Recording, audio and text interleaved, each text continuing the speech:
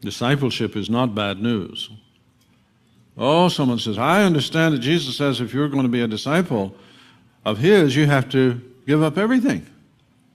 You have to hate your mother and your father and your brothers and sisters and your own life also. Sounds awful, doesn't it? But you have to remember that's the other side of the parables of the pearl of great price. Those go together. You have to count the cost to be a disciple. Yes, you do. But that doesn't mean you just look at what you pay. You also look at what you get. See, if you go to buy a new car, you have to count the cost. That doesn't mean you just count the money you have to pay. That means you have to count what will happen if you don't buy the car. How do you like being stuck on the freeway? Well, you see, you get a car that runs, that you don't have to worry about that so much, right? So you have to look at what you get and what you pay, and that's what Jesus is talking about when he talks about counting costs. But when it comes down, then we have a book written, wonderful book, by the way, on the cost of discipleship.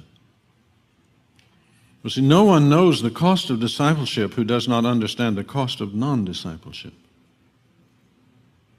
Right? So how about you writing a book on the cost of non-discipleship? Could you do that? Can you preach on that? What it costs you not to be a disciple of Jesus. Well, you spend the rest of your life being dominated by hatred and lust. How's that? That sound good? Well, of course, if you're far enough gone, it could sound good. But if you have your wits about you, you'll realize, hey, that's worth getting rid of.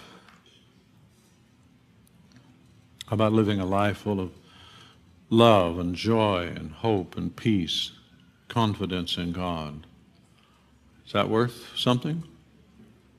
Well, that's the cost of non-discipleship, because if you don't have discipleship, you don't get that.